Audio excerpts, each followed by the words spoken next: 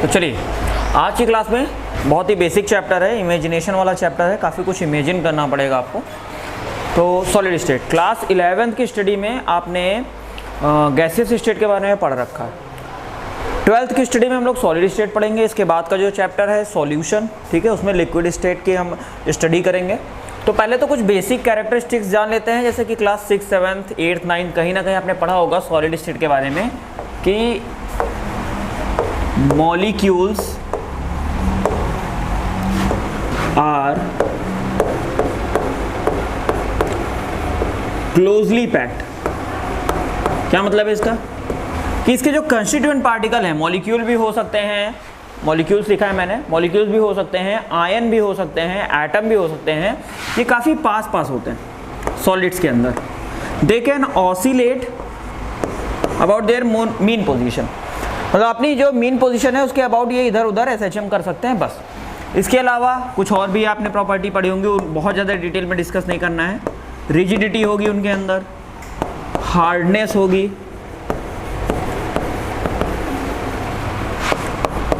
Malleability होगी,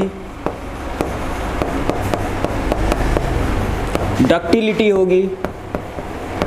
ये सब कुछ कॉमन प्रॉपर्टी हैं जो आपने पढ़ रखी हैं, ठीक है। इसके अलावा इनकम्प्रेसिबल होते हैं सॉलिड्स,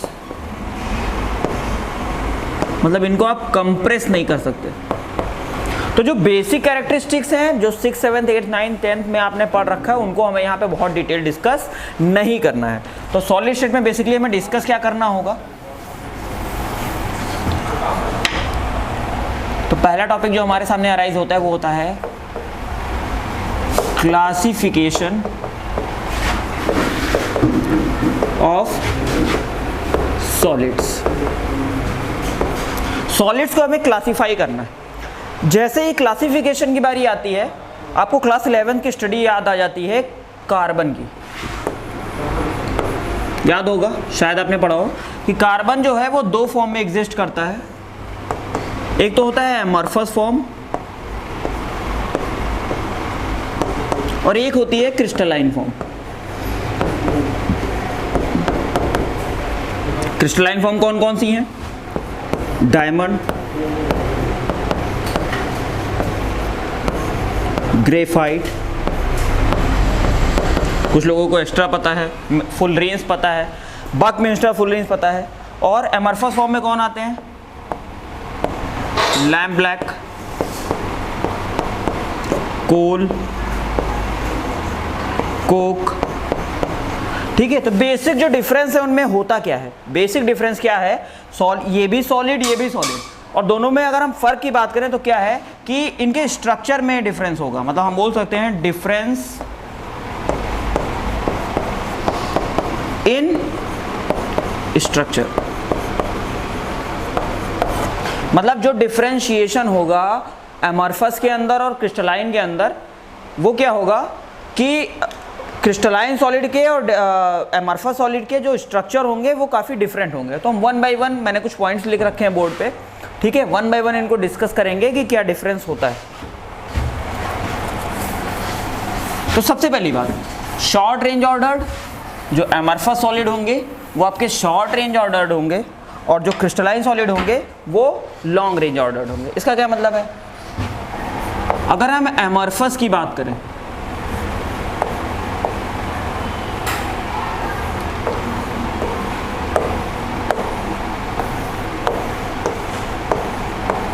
तो यहाँ पे जो पैटर्न है A B B B B B A A B A B A A A, मतलब कोई भी पैटर्न मिल सकता है। आपको नहीं पता कि इसके बाद वाला जो मॉलिक्यूल होगा वो क्या होगा, रैंडम ऑर्डर है हर समय, ठीक है। लेकिन जब आप क्रिस्टलाइन की बात करते हो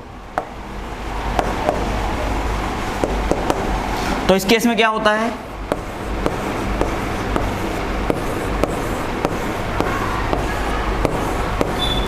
अब यहाँ पे आपको फिक्स पैटर्न मिलने वाला है। मतलब अगर आप इसको A बोलते हो और इसके बाद B है तो फिर से ये A होगा और ये फिर से B होगा।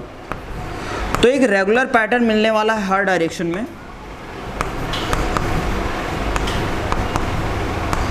तो इसी वजह से हमने इसको क्या बोला है, एमरफस जो है वो शॉर्ट रेंज ऑर्डर्ड है, यहाँ पे लॉन्ग रेंज ऑर्डर्ड है। यहाँ पे जो पैटर्न है काफ़ी रेगुलर मिलने वाला है और यहाँ पे पैटर्न काफ़ी इरेगुलर है। जैसे यहाँ पे इस तरीके का भी पैटर्न मिल सकता है कुछ जगह पे इस तरीके का पैटर्न मिल सकता है, कुछ जगह है मॉलिक्यूल अपने आप को इस तरीके से पैक कर रहे हैं, मतलब सिमेट्रिकल नहीं है और मैनर काफ़ी वीक है।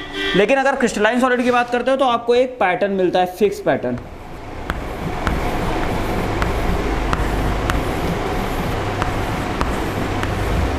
तो यहाँ पे आप देख सकते हो आपको एक फिक्स पैटर्न मिल रहा है, लेकिन यहाँ पे कोई भी फिक्स पैटर्न मिलने वाला नहीं है। तो सबसे पहली बात शायद आपको क्लियर हो रही होगी, शॉर्ट रेंज ऑर्डर्ड और लॉन्ग रेंज ऑर्डर। ठीक है, सेकंड पॉइंट की डिस्कशन हम करेंगे, constituent particles are arrange randomly. जो पार्टिकल्स हैं वो अपने आप को रैंडमली किसी भी ऑर्डर में अरेंज कर ले रहे हैं। ठीक है, जैसे यहाँ पे पैटर्न आपको ए बी का मिलेगा, यहाँ पे बी का मिलेगा, यहाँ बी ए बी का मिल रहा है, फिर अलोन ए है, फिर बी ए है, फिर डबल ए है। तो हर जगह रैंडम पैटर्न आपको देखने में मिल रहा है। हो सकता है वापस से ये पैटर्न रिपीट हो जाए, लेकिन अगर क्रिस्टलाइन सॉलिड की आप बात करोगे तो यहाँ पे पैटर्न आपको रेगुलर मिलने वाला है। ठीक है, ये आप देख सकते हो यहाँ पे रेगुलर पैटर्न मिल रहा है, ए बी का आपको रेगुलर पैटर्न देखने को मिल रहा है। तो constituent particles are arrange randomly while in crystalline solid constituent particles are arranged in regular pattern. एक मैनर्ड जो ऑर्डर होगा उसमें मिलेंगे। ठीक है, थोड़ा आगे की कहानी देखते हैं। अगर हम बात करें एमरफस सॉलिड की तो इनको हम बोलते हैं स्यूडो सॉलिड और super cooled liquid. Super cooled liquid बोलने के पीछे रीज़न क्या है, जिससे कुछ एग्जाम्पल से आपको ध्यान रहेगा ये चीज़, कि जब आप विंडो पैन को देखोगे, ठीक है, विंडो पैन क्या है कि जब आपके घर में नया घर बना है, विंडो लगी है और उसमें थोड़ा सा पैन लगाए गए हैं ग्लास के, तो स्टार्टिंग में तो वो एकदम फिक्स पोजीशन में होंगे, लेकिन कुछ टाइम बाद वो थोड़ा सा एज छोड़ देते हैं। उसके पीछे रीज़न क्या है, एक्चुअली क्या होता है कि ग्लास में भाई यहाँ की थिकनेस कुछ टाइम बाद बढ़ जाती है और यहाँ की थिकनेस कम हो जाती है। तो ऐसा तभी हो सकता है जब मॉलिक्यूल ऊपर से नीचे फ्लो करके आए हों, यानी कि ग्लास जो है वो क्या कर रहा है, ऊपर से नीचे फ्लो कर रहा है। यानी कि अगर फ्लो है, फ्लूडिटी है, तो इसका मतलब है वो सॉलिड नहीं है, वो क्या है, लिक्विड। ये प्रॉपर्टी जो होती है वो गैसेस की और लिक्विड्स की होती है कि मॉलिक्यूल जो है वो ऊपर से नीचे फ्लो करते हैं। ठीक है, जबकि क्रिस्टलाइन लैटिस की आप बात करोगे तो ये क्या होते हैं, ट्रू सॉलिड होते हैं। इसके अलावा एक एग्जांपल आप और ध्यान रख सकते हो कि जो स्टार्टिंग में आप जब ग्लास जार खरीदते हो, कोई भी ग्लास जार जब आप मार्केट से बाई करते हो तो होता क्या है कि स्टार्टिंग में वो आपका ट्रांसपेरेंट होता है, आर पार देख सकते हो, क्लियर होता है। लेकिन जैसे जैसे टाइम बीतता है वैसे वैसे उसके अंदर थोड़ा सा दूधियापन, मिल्कीनेस आती जाती है, ओपैक हो जाता है। तो उसके पीछे रीज़न क्या है ज़रा समझना कि ग्लास बनता कैसे है। क्वार्ट्ज है, क्वार्ट्ज को आप हीट करते हो, हीट करने पे मेल्ट हो जाता है वो, और मेल्ट करके आप उसकी रैपिड कूलिंग कर देते हो। ठीक है, अचानक से उसको ठंडा कर देते हो तो मॉलिक्यूल्स जो जहां हैं उसी पोजीशन में फिक्स हो जाते हैं और मॉलिक्यूल्स को अपने आप को अरेंज करने का मौका ही नहीं मिलता है। तो ऐसे केस में जो तैयार होता है उसको हम क्या बोलते हैं, क्वार्ट्ज ग्लास या सिंपली ग्लास। ठीक है, तो स्टार्टिंग में देखो इस यूनिवर्स की हर चीज़ जो है वो अपने आप को धीरे धीरे अरेंज करने की कोशिश करती है, सिमेट्रिकल करने की कोशिश करती है। तो स्टार्टिंग में जो आपने ग्लास जार खरीद के लाए हो, प्योरली ग्लास है, वो है एमरफस फॉर्म में। लेकिन हो क्या रहा है, दिन के टाइम टेम्परेचर ज़्यादा है, शाम के टाइम टेम्परेचर कम है, ठंडी में टेम्परेचर कम है, गर्मी में टेम्परेचर ज़्यादा है, तो वो अपने आप को धीरे धीरे धीरे धीरे अरेंज करता है किस फॉर्म में, क्रिस्टलाइन फॉर्म में। तो एक टाइम बाद एमरफस जो है वो अपने आप को धीरे धीरे क्रिस्टलाइन फॉर्म में अरेंज कर रहा है। तो जो ग्लास जार है वो आपको धीरे धीरे धीरे धीरे किस फॉर्म में दिखने लगता है, मिल्कीनेस आ जाती है उसके अंदर। एमरफस फॉर्म किस फॉर्म में चेंज हो रहा है, क्रिस्टलाइन फॉर्म में। तो मेरे हिसाब से आपको ये पॉइंट्स क्लियर होंगे। शॉर्ट रेंज ऑर्डर होते हैं, कंस्टिट्यूएंट पार्टिकल्स जो होते हैं वो अरेंज होते हैं रैंडमली, कोई रेगुलर पैटर्न नहीं होता है, जबकि क्रिस्टलाइन के अंदर एक रेगुलर पैटर्न आपको देखने को मिलता है। इनको हम स्यूडो सॉलिड बोलते हैं क्योंकि इनके अंदर फ्लूडिटी होती है, ये बहते हैं, ग्लास विंडो पेन नीचे से मोटा हो जाता है। जो ग्लास जार है वो एक टाइम बाद मिल्की हो जाता है, जबकि क्रिस्टलाइन सॉलिड्स के केस में ऐसा कुछ भी देखने को आपको नहीं मिलता है। Next point and very important, melts over a range of temperature and no fix heat of fusion. तो इसके लिए हम पहले क्रिस्टलाइन वाला देखेंगे।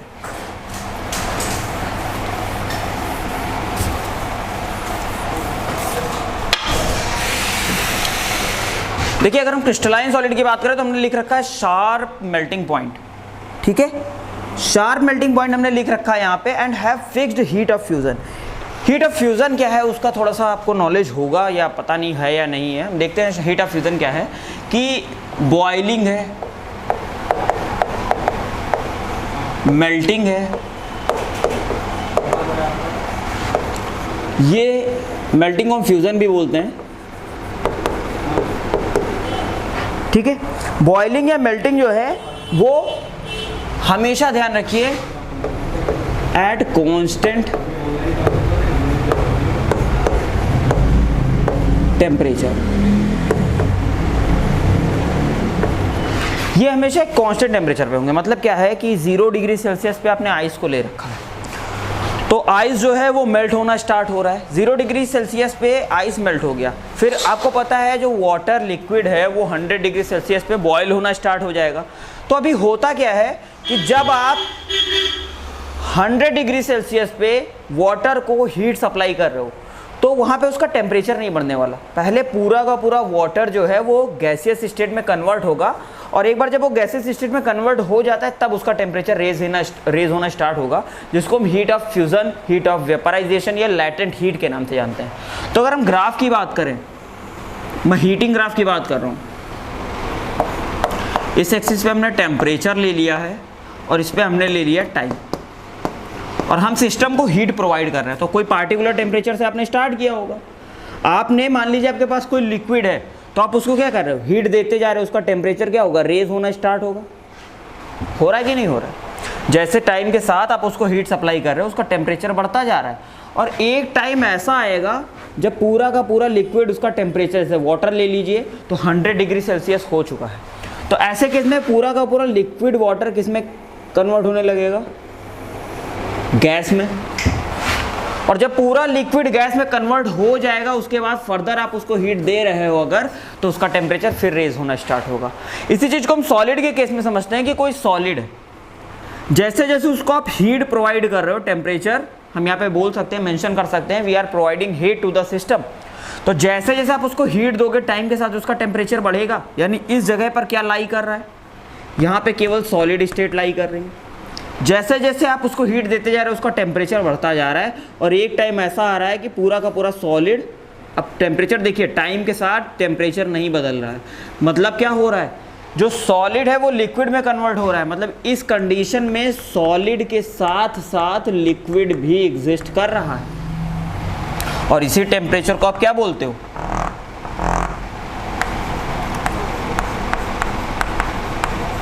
Melting point.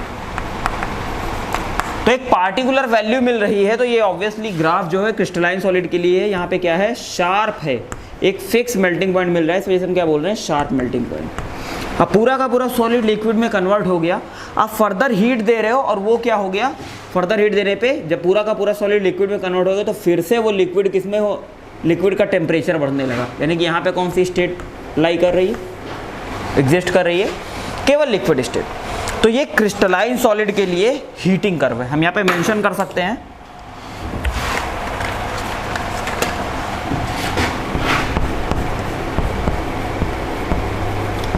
Heating curve of crystalline solid, ये क्या है, क्रिस्टलाइन सॉलिड का हीटिंग कर्व है, ठीक है। अब बात करें अगर हम एमरफस सॉलिड की,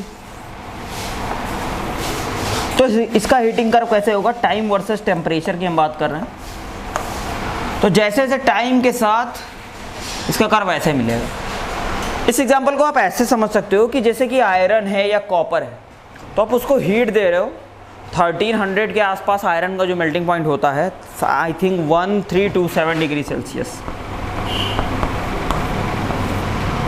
ठीक है। तो अभी है क्या कि आप अगर आयरन को हीट दे रहे हो तो पार्टिकुलरली वो इस टेम्परेचर पे पहुंच के मेल्ट होना स्टार्ट हो जाएगा, ठीक है। तो उसका मेल्टिंग पॉइंट जो है वो फिक्स है, लेकिन अगर वहीं पे एमरफस सॉलिड है, जैसे मान लीजिए एक एग्जांपल आप दीजिए, प्लास्टिक है या रबर है, ठीक है, तो रबर के केस में क्या होने वाला है, आप उसको हीट दीजिए तो पहले वो सॉफ्टन होगा, धीरे धीरे सॉफ्ट होगा, और उसके बाद सॉफ्ट होने के बाद वो मेल्ट होगा। तो वो किसी फिक्स टेम्परेचर पे मेल्ट नहीं होगा, वो एक रेंज ऑफ टेम्परेचर के अंदर मेल्ट होगा। तो एमरफस सॉलिड का जो हीटिंग कर्व होगा वो इस तरीके का होगा, जबकि क्रिस्टलाइन सॉलिड का है वो कुछ इस तरीके का होगा। ठीक है, तो ये पॉइंट भी आपका क्लियर हो गया होगा। तो 4 पॉइंट मैंने बोर्ड पे लिख रखे थे, वो आपको क्लियर हो गए हैं। तो हम लोग नेक्स्ट पॉइंट की तरफ मूव कर रहे हैं।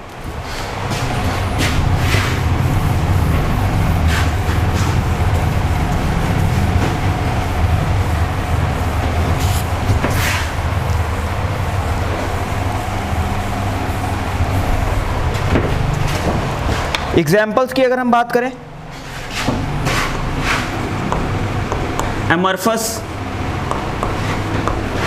जो मोस्ट ऑफ द पॉलीमर, ज़्यादातर के जो पॉलीमर होंगे, पॉलीमर में कौन से हैं, रबर है, प्लास्टिक है, ग्लास है, ग्लास पॉलीमर नहीं है, ठीक है, ये एमरफस की डोमेन में लाई करेंगे। जबकि क्रिस्टलाइन में क्या हो जाएगा, बहुत सारे, most of the solids are crystalline solids, iron है, कॉपर है, गोल्ड है, सिल्वर है, प्लैटिनम है, और NaCl है, CaCl2 है। तो ज़्यादातर जो हमारे ऑल अराउंड सॉलिड हैं उनमें मान के चलिए 2 या 3% ही आपके एमरफस हैं, बाकी के जितने भी सॉलिड हैं वो कौन से सॉलिड हैं, क्रिस्टलाइन सॉलिड है। ठीक है, तो ये इनके एग्जाम्पल हो गए। उसके बाद बोर्ड के पॉइंट ऑफ व्यू से एक प्रॉपर्टी बहुत ही इंपॉर्टेंट है, आइसोट्रॉपी एंड एनीसोट्रॉपी। ठीक है, तो पहले डिफाइन कर लेते हैं इसको हम। आइसोट्रॉपी का मतलब हो गया same physical properties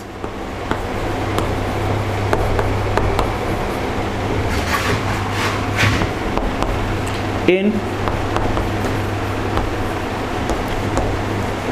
different directions. मैं समझा रहा हूँ, इसको एक्सप्लेन कर रहा हूँ। और एनीसोट्रॉपी का मतलब क्या हो गया,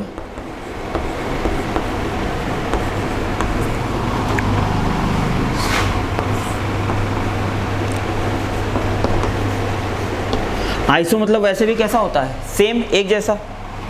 एनीसोट्रॉपी क्या है, डिफरेंट फिजिकल प्रॉपर्टीज। एनीसोट्रॉपी का मतलब है डिफरेंट फिजिकल प्रॉपर्टीज इन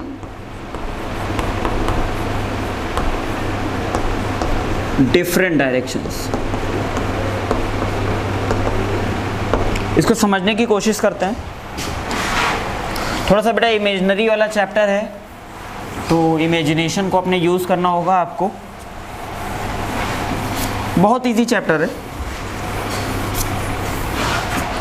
देखिए हमने क्या स्टार्टिंग में क्या बोला था,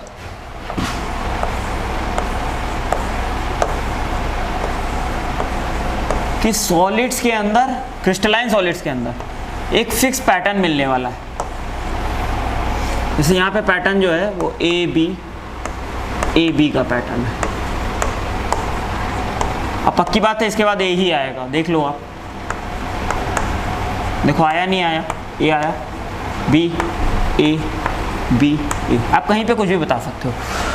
तो कुछ फिजिकल प्रॉपर्टीज होती हैं, जैसे कि रिफ्रैक्टिव इंडेक्स हो गया। रिफ्रैक्टिव इंडेक्स मेजर करने के लिए आपको क्या करना होगा, रिफ्रैक्टिव इंडेक्स मेजर करने के लिए आपको क्या करना होगा कि एक लाइट रे पास करानी पड़ेगी। ठीक है, कंडक्टेंस मेजर करना है, आपको पोटेंशियल लगाना होगा वहाँ पे। ठीक है, तो अभी क्या है, अगर हम इस डायरेक्शन के अलॉन्ग रिफ्रैक्टिव इंडेक्स मेजर कर रहे हैं तो पैटर्न क्या मिलेगा, बी ए बी, मतलब छोटी सी पोर्शन के लिए हम बात कर रहे हैं, जबकि एक जो क्रिस्टलाइन सॉलिड होगा उसमें एक बहुत ही बड़ा सा लार्ज नंबर में मॉलिक्यूल मिलेंगे। अब इधर अगर हम चल रहे हैं तो इंटरेक्शन केवल बी के बीच में होगा। अगर हम इसके अलॉन्ग चल रहे हैं तो इंटरेक्शन केवल ए के अलॉन्ग होगा। तो जो लाइट रे पास हो रही है उसको अलग number of constituent particle her direction में मिल रहे हैं। तो इसका मतलब हो गया कि क्या होगा बेटा, प्रॉपर्टी जो होगी वो अलग अलग डायरेक्शन में अलग अलग हो जाएगी। तो इस प्रॉपर्टी को हम क्या बोलते हैं, एन आइसोट्रॉपी या फिर हम एनीसोट्रॉपी बोल देते हैं। CBSE, ISC, यूपी बोर्ड तीनों के लिए ये प्रॉपर्टी बहुत ही इंपॉर्टेंट हो जाती है। रीज़न क्या है कि ये 1 नंबर या 2 नंबर में इस पे क्वेश्चन आ जाते हैं और सिंपल सी डेफिनेशन से रिलेटेड क्वेश्चन पूछे जाते हैं। तो एनीसोट्रॉपी क्या है? Different physical properties in different direction. अब इसी चीज को अगर आप अमॉर्फस के केस में डिस्कस करते हो तो अभी क्या होगा बेटा, आप किसी भी डायरेक्शन में चले जाओ, ठीक है, रैंडम पैटर्न मिल रहा है। मतलब इसको आप समझते ऐसे हो कि मेरा समझाने का तरीका क्या है कि आपको किसी पॉइंट पे पहुंचना है और उसके 3 रास्ते हैं, ठीक है। तो होता क्या है कि तीनों रास्तों पे अलग अलग ट्रैफिक, पे बहुत ज़्यादा ट्रैफिक है, एक पे हल्का ट्रैफिक है, एक पे बिल्कुल ट्रैफिक नहीं, एक भी बंदा नहीं है वहाँ पे। तो जिधर हल्का बिल्कुल ट्रैफिक नहीं उधर से जाओगे जल्दी पहुँच जाओगे, ठीक है। और एक जिधर बहुत ज़्यादा ट्रैफिक उधर से जाओगे बहुत टाइम लगने वाला है। तो ये क्या हो गया? ये हो गया एनाइसोट्रॉपी, अलग अलग डायरेक्शन में अलग अलग प्रॉपर्टी मिल रही है। लेकिन अब आप सोचो उसी पॉइंट पे आपको पहुंचना है और 3 डायरेक्शन से रास्ते हैं और तीनों तरफ एक जैसा ही ट्रैफिक है, तो लगभग अप्रॉक्स जो टाइम होगा वो लगभग सेम लगने वाला है। तो अमॉर्फस के अंदर पैटर्न क्या होने वाला है बेटा? पैटर्न इरेगुलर होने वाला है, मतलब कोई फिक्स पैटर्न नहीं मिलने वाला, मेरा जो मन करेगा मैं वो लिखूंगा।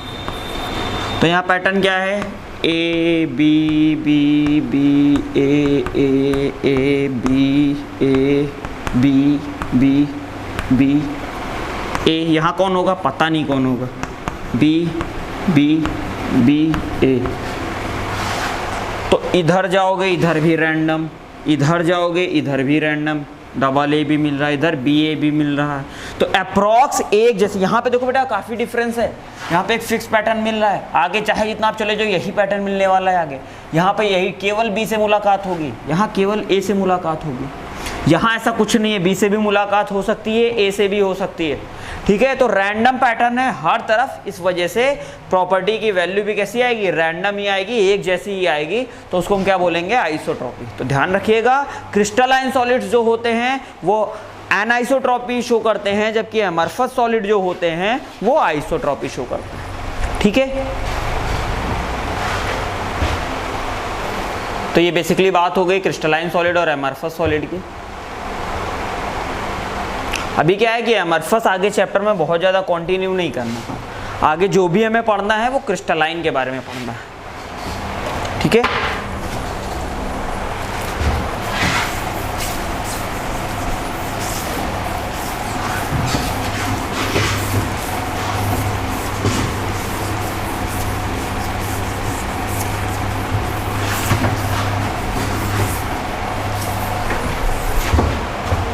तो अभी हम क्या बात करने जा रहे हैं? अब जो भी बात होगी चैप्टर में आगे वो क्रिस्टलाइन सॉलिड के बारे में होगी। तो हम बात करने जा रहे हैं क्लासिफिकेशन ऑफ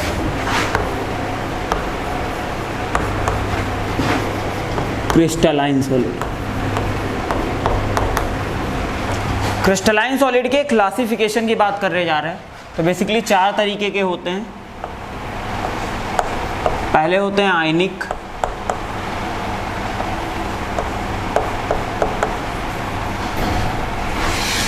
दूसरे होते हैं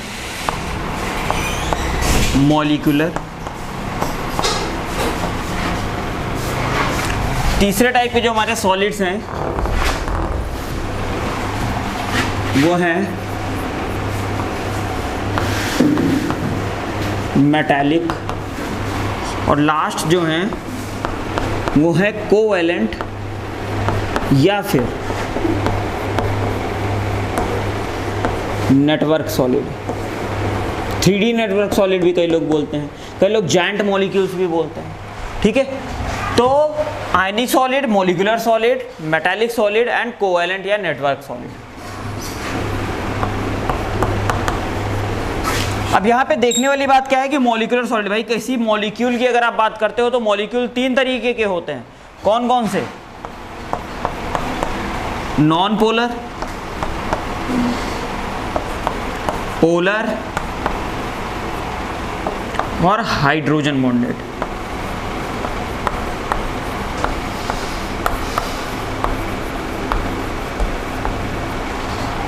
ठीक है। तो सबसे पहले आयनिक सॉलिड्स की हम बात करेंगे। यहाँ पे पॉइंट कहाँ से स्टार्ट होगा, constituent particles are ions.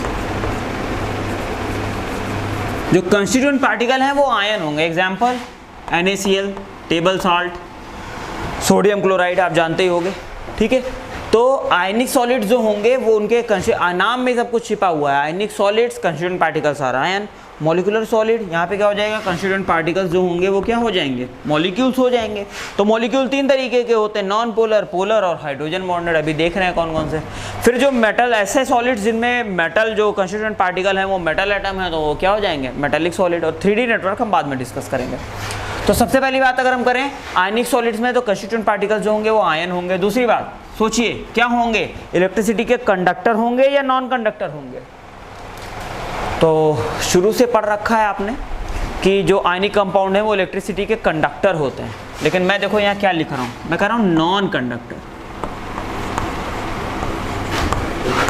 Non conductor in solid state. जब तक ये सॉलिड स्टेट में है, देखिए मोबिलिटी बहुत ज़रूरी है। अगर कंडक्शन होना है इलेक्ट्रिसिटी का तो 2 चीज़ें होनी चाहिए, या तो आयन मौजूद होना चाहिए वहाँ पे, या तो इलेक्ट्रॉन मौजूद होने चाहिए। और आयन है या इलेक्ट्रॉन है तो वो दोनों फ्री होने चाहिए, मोबाइल होने चाहिए। तो NaCl की अगर हम बात करें तो यहाँ पे आयन जो है वो Na+ है और Cl- है।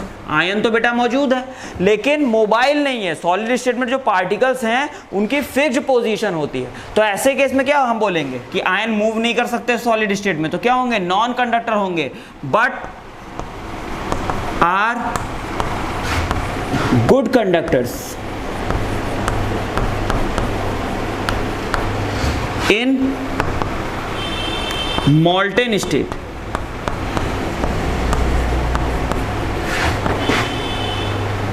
और इन एक्वस सॉल्यूशन। अभी क्या हो गया, अभी ये हो गया कि जब आप मॉल्टेन स्टेट, लिक्विड स्टेट की कैरेक्टरिस्टिक प्रॉपर्टी होती है जो कंस्टिट्यूएंट पार्टिकल होते हैं वो मूव कर सकते हैं, एक जगह से दूसरी जगह जा सकते हैं। तो जैसे आप इसको मॉल्टेन स्टेट में लेके जाओगे, आयंस जो है वो मोबाइल हो जाएंगे, मूवेबल हो जाएंगे, एक जगह से दूसरी जगह मूव कर सकते हैं। एक्वस सॉल्यूशन में भी आयंस जो हैं वो मूव कर सकते हैं। तो ऐसे केस में हम क्या बोलेंगे कि जो आपके आयनिक कंपाउंड है, जब उनको आप पिघलाओगे, फ्यूज करोगे, मॉल्टन स्टेट में लेके जाओगे या पानी में डाल दोगे तो आयन फ्री हो जाएंगे मूव करने के लिए। और ऐसे केस में जो आपका कंपाउंड है आयनिक कंपाउंड वो हो जाएगा गुड कंडक्टर ऑफ इलेक्ट्रिसिटी। तो ये ध्यान रखिएगा, सॉलिड स्टेट में नॉन कंडक्टर हैं और लिक्विड स्टेट या एक्वस सॉल्यूशन में क्या है, गुड कंडक्टर है। और एक इंपॉर्टेंट प्रॉपर्टी यहाँ पे और आपको देखनी होगी, वो क्या है, ब्रिटल एंड हार्ड। वो ब्रिटल होते हैं और हार्ड होते हैं। हार्ड इस वजह से है क्योंकि molecules are closely packed, rigidity है उनमें, तो वो तो समझ में आता होगा, काफ़ी पास हैं, इस वजह से हार्ड होते हैं। ब्रिटलनेस क्या है, ब्रिटलनेस का मतलब होता है बेटा कि अगर आप इस पर हैमरिंग करो, इसको आप रख के, कोई भी आयनिक कंपाउंड को रख के अगर उसके ऊपर हथौड़ा मारिए, किसी चीज़ से भी आप चोट करिए तो उसकी स्कैटरिंग हो जाएगी, ठीक है। तो इस प्रॉपर्टी को हम बोलते हैं ब्रिटलनेस। और ऐसा होता क्यों है,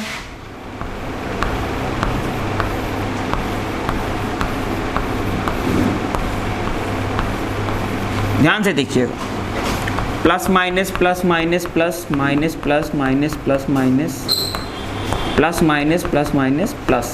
तो ये कोई आयनिक कंपाउंड है भैया, माइनस माइनस के पास तो होगा नहीं, प्लस प्लस के पास होगा नहीं, प्लस माइनस के साथ ही रहना चाहेगा। लेकिन जब आप हैमरिंग करते हो इसके ऊपर, थोड़ा का हथौड़ा, जब आप इसके ऊपर हैमरिंग करोगे तो क्या होगा बेटा, एक लेयर के ऊपर दूसरी लेयर, दूसरी के ऊपर तीसरी लेयर, और अपने अपोजिटली चार्ज से ये सराउंडेड है। लेकिन जैसे आपने इसको हैमरिंग करी तो क्या होगा, लेयर की शिफ्टिंग होगी।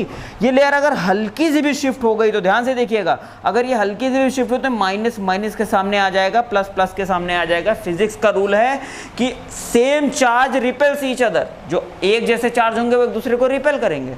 तो आपने हैमरिंग तो कर दी, लेकिन क्या कर दिया, माइनस माइनस को बराबर सामने आमने सामने कर दिया, प्लस प्लस को आमने सामने कर दिया। तो ऐसे केस में क्या होगा, रिपल्शन होगा। रिपल्शन की वजह से क्या होगी, स्कैटरिंग होगी। तो ध्यान रखिएगा, 2 इंपॉर्टेंट प्रॉपर्टी है, ionic solids are good conductor but the condition if and only if molten state में होने चाहिए या एक्वा सॉल्यूशन में होने चाहिए? हार्डनेस इस वजह से होगी क्योंकि मॉलिक्यूल्स काफ़ी पास होंगे, और ब्रिटलनेस इस वजह से होगी क्योंकि अपोजिट आयन जो है वो क्या होंगे, आमने सामने आ जाएंगे। ठीक है, तो ये बात हो गई आयनिक सॉलिड की। बात करेंगे मॉलिक्यूलर सॉलिड की। ठीक है, तो यहाँ पे मैं एग्जांपल पहले डेफिनेशन लिख दूँ, वही डेफिनेशन होगी, कॉन्स्टिट्यूएंट पार्टिकल्स, दिमाग में आ रहा होगा आपके, आर मॉलिक्यूल्स। कॉन्स्टिट्यूएंट पार्टिकल क्या होंगे? आयनिक सॉलिड था, आयन थे, मॉलिक्यूलर सॉलिड है, मॉलिक्यूल होंगे। मेटालिक सॉलिड जब होगा तो मेटल एटम होंगे। ठीक है, तो मैं ऊपर वाला मिटा रहा हूँ, फिर इसको और अच्छे से एक्सप्लेन कर रहा हूँ।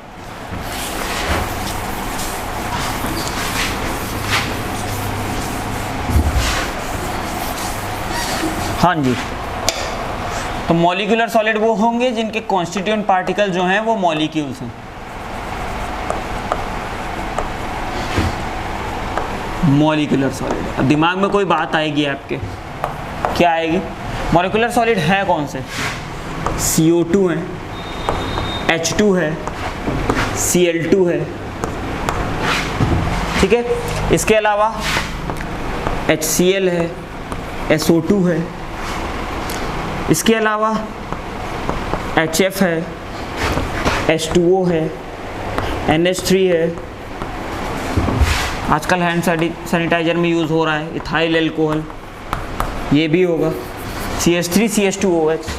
ठीक है, तो फ़र्क क्या है? अब जैसे मैंने CO2 लिखा, H2 लिखा, Cl2 लिखा, आपके दिमाग में आना चाहिए, अरे सर ये तो गैसेज हैं। ठीक है, तो ध्यान रखिएगा, 3 states of matter are interconvertible with the application of temperature and pressure. मतलब क्या है कि जो गैस है उसको आप लिक्विड में, लिक्विड को सॉलिड में with the application of temperature और प्रेशर, टेम्परेचर घटा के और प्रेशर बढ़ा के आप गैस को लिक्विड में और लिक्विड को सॉलिड में, नहीं मानते हो मेरी बात तो ध्यान रखना, CO2 आपने एक नाम जरूर सुना होगा, कोल्ड स्टोरेज में यूज होता है, ड्राई आइस। क्या होता है ड्राई आइस? और कुछ नहीं होता, CO2 होता है। टेम्परेचर को कम करके और प्रेशर को बढ़ा के हम क्या करते हैं, CO2 को कंप्रेस कर देते हैं in the form of dry ice. और कभी कभी किन्हीं कॉम्पिटिशन में ये पूछा भी जाता है कि ड्राई आइस को नॉर्मल आइस के कंपैरिजन में ज़्यादा अप्रोच किया जाता है, तो उसका रीज़न ये है कि ड्राई आइस जो होती है वो मटेरियल को गीला नहीं करती, वेट नहीं करती, क्योंकि ड्राई आइस कार्बन डाइऑक्साइड है, वो डायरेक्टली गैसेस स्टेट में जाती है। वाटर जो नॉर्मल आइस है वो पहले लिक्विड स्टेट में जाएगा। कोई ऐसा मटेरियल जिसको नुकसान पहुंच सकता है पानी से, गीलेपन से, वेटेबिलिटी से, उसको नुकसान पहुंचाएगा, तो इसी वजह से इसको ज़्यादा प्रेफरेंस दी जाती है। तो क्या है, अभी इस चैप्टर में अगर मैं कुछ भी बोलूं आपको लगे कि नहीं भैया ये गैस है, तो आपको ये समझना होगा कि ये गैस की बात नहीं हो रही है, उस गैस के सॉलिड स्टेट की बात हो रही है by the application of temperature and pressure. तो CO2 H2 Cl2 ये कैसे हैं बेटा? ये नॉन पोलर मॉलिक्यूल है। अब डाइपोल मूवमेंट वगैरह आप केमिकल बॉन्डिंग में पढ़िए, कौन पोलर होता है कौन नॉन पोलर होता है, ये आपको वहीं पे पढ़ेगा। उसके बाद ये एग्जांपल कैसा है पोलर मॉलिक्यूल्स का? HCl, क्लोरीन की इलेक्ट्रोनेगेटिविटी ज़्यादा है, ये मॉलिक्यूल पोलर होगा। और आपको ये तो पता ही होना चाहिए कि हाइड्रोजन बॉन्डिंग कहाँ कहाँ होती है। हाइड्रोजन बॉन्डिंग, तो ध्यान रखिए हाइड्रोजन बॉन्डिंग हमेशा फोन पर होती है। फोन का मतलब है when hydrogen is connected either with fluorine, oxygen और नाइट्रोजन। फ्लोरीन के साथ होगा, ऑक्सीजन के साथ होगा, नाइट्रोजन के साथ होगा, तो उस केस में हाइड्रोजन बॉन्डिंग होगी। एक्सटेंडेड लेवल है डाइपोल डाइपोल इंटरेक्शन का। ठीक है, चैप्टर 4 क्लास 11 केमिकल बॉन्डिंग, उसको पढ़िए अगर आपको ये क्लासिफिकेशन समझ में नहीं आता है तो। ठीक है, तो molecular solid constituent particles are molecules where it can be classified as non polar, polar and hydrogen bond. ठीक है, नेक्स्ट चलते हैं, हम अप्रोच करते हैं मेटालिक सॉलिड्स को। क्या होगा बेटा? Constituent particles are metal atom held with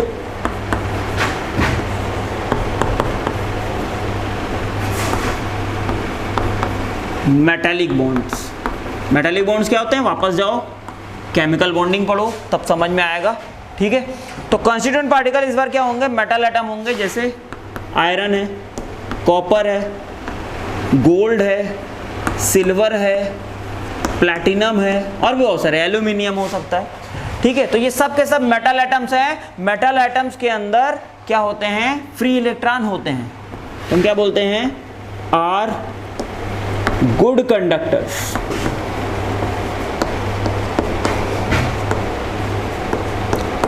due to, इसको बाद में देखते हैं, are good conductors due to presence of free electrons. Metal के अंदर, भैया मेटल का मतलब ही है इलेक्ट्रोपॉजिटिविटी।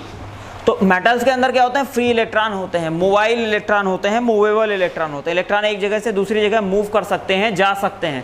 तो जब भी इलेक्ट्रॉन मूवेबल होंगे तो वहाँ क्या होगा, इलेक्ट्रिसिटी का कंडक्शन होगा। तो सॉलिड, मेटालिक सॉलिड जो होते हैं वो गुड कंडक्टर होते हैं हीट एंड इलेक्ट्रिसिटी के। तो next point, they are malleable and ductile.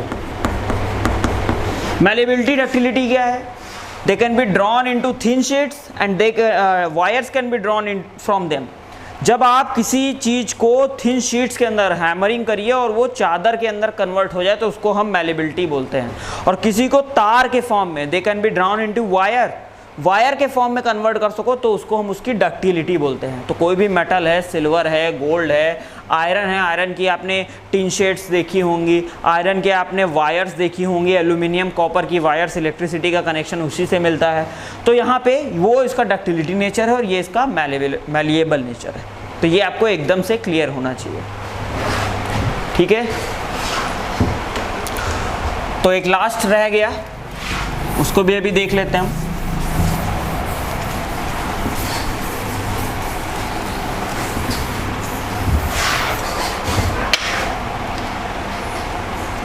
Covalent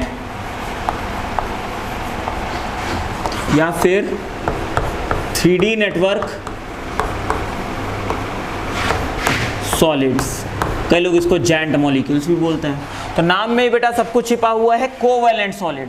इसमें क्या होगा कि कार्बन जो होगा वो अनदर कार्बन से कोवैलेंट बॉन्ड से जुड़ा होगा। यहाँ पे आप देख सकते हो एक कार्बन जो है वो 4 और कार्बन से जुड़ा हुआ है, ये कार्बन 4 और कार्बन से जुड़ा हुआ है, ये कार्बन 4 और कार्बन से जुड़ा हुआ है। तो एक 3 डायमेंशनल नेटवर्क स्ट्रक्चर जनरेट हो रहा है। ये स्ट्रक्चर जो आपके सामने बन रहा है, ये स्ट्रक्चर है डायमंड का, और ढेर सारे कोवैलेंट बॉन्ड हैं, इस वजह से इसको हम कोवैलेंट सॉलिड बोलते हैं। पहली बात, एक नेटवर्क टाइप स्ट्रक्चर होता है, इस वजह से इसको हम 3 डायमेंशनल नेटवर्क सॉलिड भी बोलते हैं। एक एग्जांपल और देख सकते हो ग्रेफाइट का। इसमें क्या होता है, एक कार्बन 3 और कार्बन से जुड़ा होता है।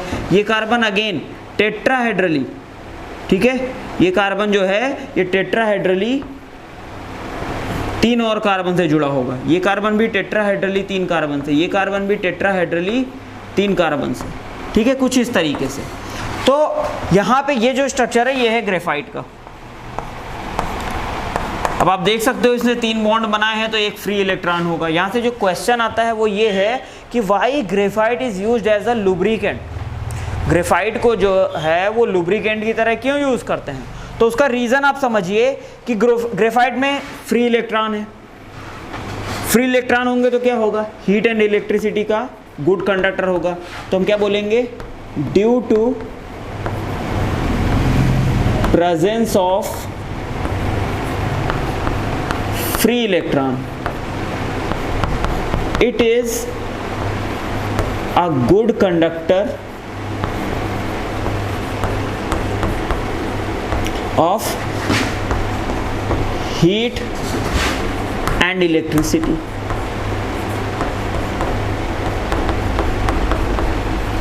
सेकेंड पॉइंट, स्ट्रक्चर कैसा होता है, लेयर्ड स्ट्रक्चर होता है कुछ इस तरीके का, और लेयर्स के बीच में काफ़ी स्पेस होता है, इस वजह से एक लेयर दूसरे लेयर के ऊपर स्लिप कर सकती है, ठीक है। Due to layered structure, layered structure होने की वजह से there will B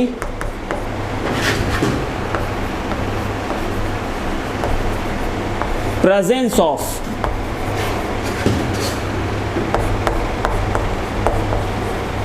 interstitial space. क्या होगा? लेयर्ड स्ट्रक्चर होने की वजह से एक लेयर से दूसरे लेयर के बीच का जो स्पेस होगा उसको हम बोलते हैं इंटरस्टिशियल स्पेस। वहां पे इंटरस्टिशियल स्पेस होगा और इस वजह से वो क्या करेंगे, एक दूसरे के ऊपर स्लिप करेंगे। यहां से आगे देखेंगे, ड्यू टू दिस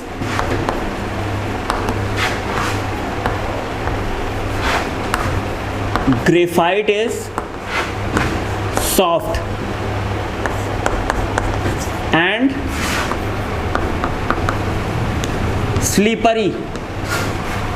तो अभी क्या है कि लेयर स्ट्रक्चर होने की वजह से इसको आप कंप्रेस, हल्का सा सॉफ्टनेस होगी, उतनी हार्डनेस नहीं होगी इसमें, ठीक है। तो सॉफ्ट होगा और स्लिप करेगा एक दूसरे के ऊपर, एंड दैट इज वाई एक अच्छा लुब्रिकेंट, एक इंजन में जो पड़ने वाला लुब्रिकेंट होता है उसकी जितनी भी नीड है, ज़्यादा टेम्परेचर पे नॉर्मल लुब्रिकेंट सर्वाइव नहीं कर सकते। तो ऐसे केस में क्या होगा कि वहाँ पे सर्वाइव कौन करेगा, क्योंकि इसका मेल्टिंग पॉइंट हाई होता है। एक पॉइंट यहाँ पे हमें और मेंशन करना चाहिए, इसका हाई मेल्टिंग पॉइंट होता है। तो हाई टेम्परेचर पे सर्वाइव कर सकता है, स्लिप कर सकता है, हीट इलेक्ट्रिसिटी को कंडक्ट कर सकता है, and that is Y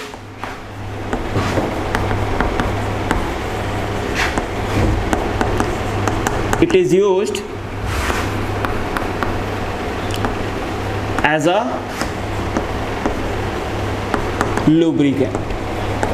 lubricant के फॉर्म में यूज होता है, ठीक है। तो अभी हमने क्या पढ़ा आज की क्लास में? हमने बेसिकली देखा जो बेसिक क्लासिफिकेशन है या बेसिक स्ट्रक्चर है, बेसिक नॉलेज है सॉलिड स्टेट की, वो आपको ऑलरेडी है कि उनके अंदर हार्डनेस होती है, मॉलिक्यूल बहुत पास होते हैं, इंटरमॉलिक्यूलर फोर्स ऑफ अट्रैक्शन बहुत स्ट्रांग होता है। ये सब हमने नहीं डिस्कस किया। हमने देखा सॉलिड कितने तरीके के हो सकते हैं, तो क्रिस्टलाइन सॉलिड हो सकते हैं, एमरफस सॉलिड हो सकते हैं, उनका जनरल क्लासिफिकेशन किया। फिर एमरफस को हमने पीछे छोड़ा और आगे पूरे चैप्टर में हम किसको लेके आगे बढ़ेंगे? क्रिस्टलाइन सॉलिड्स को लेके आगे बढ़ेंगे। क्रिस्टलाइन सॉलिड्स 4 तरीके के होते हैं, आयनिक solid, molecular solid, metallic solid और कोवैलेंट या 3D नेटवर्क सॉलिड, ठीक है। मॉलिक्यूलर सॉलिड में फर्दर क्लासिफिकेशन हो जाता है क्योंकि मॉलिक्यूल 3 टाइप के होते हैं, नॉन पोलर, पोलर और हाइड्रोजन बॉन्डेड, ठीक है। तो ये आज की क्लास के लिए बस यही रहेगा। नेक्स्ट क्लास में हम लोग डिस्कस करेंगे unit cell and crystal lattice. तो मैं चाहूँगा नेक्स्ट क्लास के लिए आप थोड़ा सा प्रिपेयर होके आए, इन टॉपिक्स को रीड करके, तब आप नेक्स्ट देखें। That is all.